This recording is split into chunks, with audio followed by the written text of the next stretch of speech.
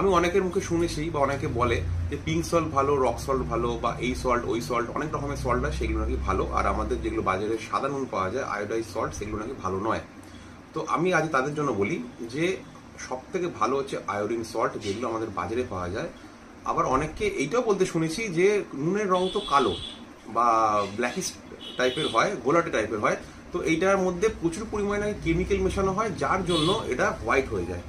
তো আমি বলে রাখি, এর মধ্যে আয়োডিন মেশানো হয় আর মেশানো হয় অ্যান্টি কেকিং এজেন্ট, যার জন্য এটা কালারটা চেঞ্জ হয়ে যায়, হোয়াইট হয়।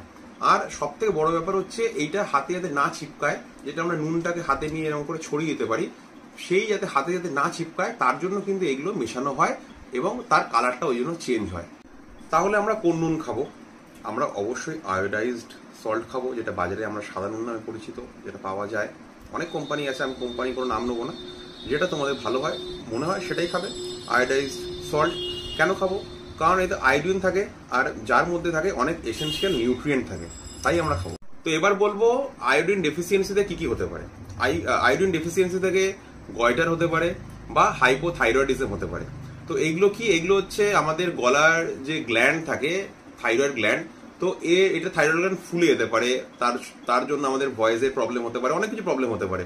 তো এইগুলো আমরা গুগল করলে জানতে পারি। আমি যদি এর বিস্তারিত যা বলতে চাই তাহলে কিন্তু ভিডিও অনেক লেন্দি হয়ে যায়। তো এবারে লাস্ট টাইম বলে দিই, পিঙ্ক সল্ট সম্বন্ধে অনেকের একটা ধারণা আছে পিঙ্ক সল্ট খুব ভালো, অন্য কোনো সল্ট ভালো না, পিঙ্ক সল্টই হচ্ছে একমাত্র আমাদের জন্য খুবই ভালো।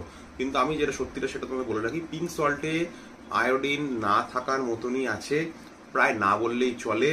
কিন্তু এর মধ্যে যেটা আছে সেটা হচ্ছে কয়েকটা মিনারেলস, আর তার থেকেও আরো বেশি ক্ষতিকর জিনিস যেটা আছে সেটা হচ্ছে এর মধ্যে 25%-এরও বেশি আছে হেভি মেটাল আছে, অ্যালুমিনিয়াম আছে, আর লিড আছে, যেটা কিনা আমাদের শরীরের জন্য কিন্তু খারাপ, ভালো নয়। শুধু কয়েকটা মিনারেলসের জন্য আমরা কিন্তু পিঙ্ক সল্টকে বলতে পারি না যে এটা খুব ভালো আর আয়োডাইজড সল্ট খারাপ।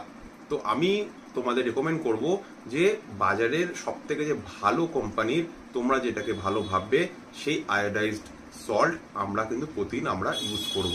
হোপ তোমাদের এটা খুবই হেল্পফুল এবং আমাদের পরিবারের জন্য বা ফ্যামিলির জন্য খুব একটা helpful. Thank you so much.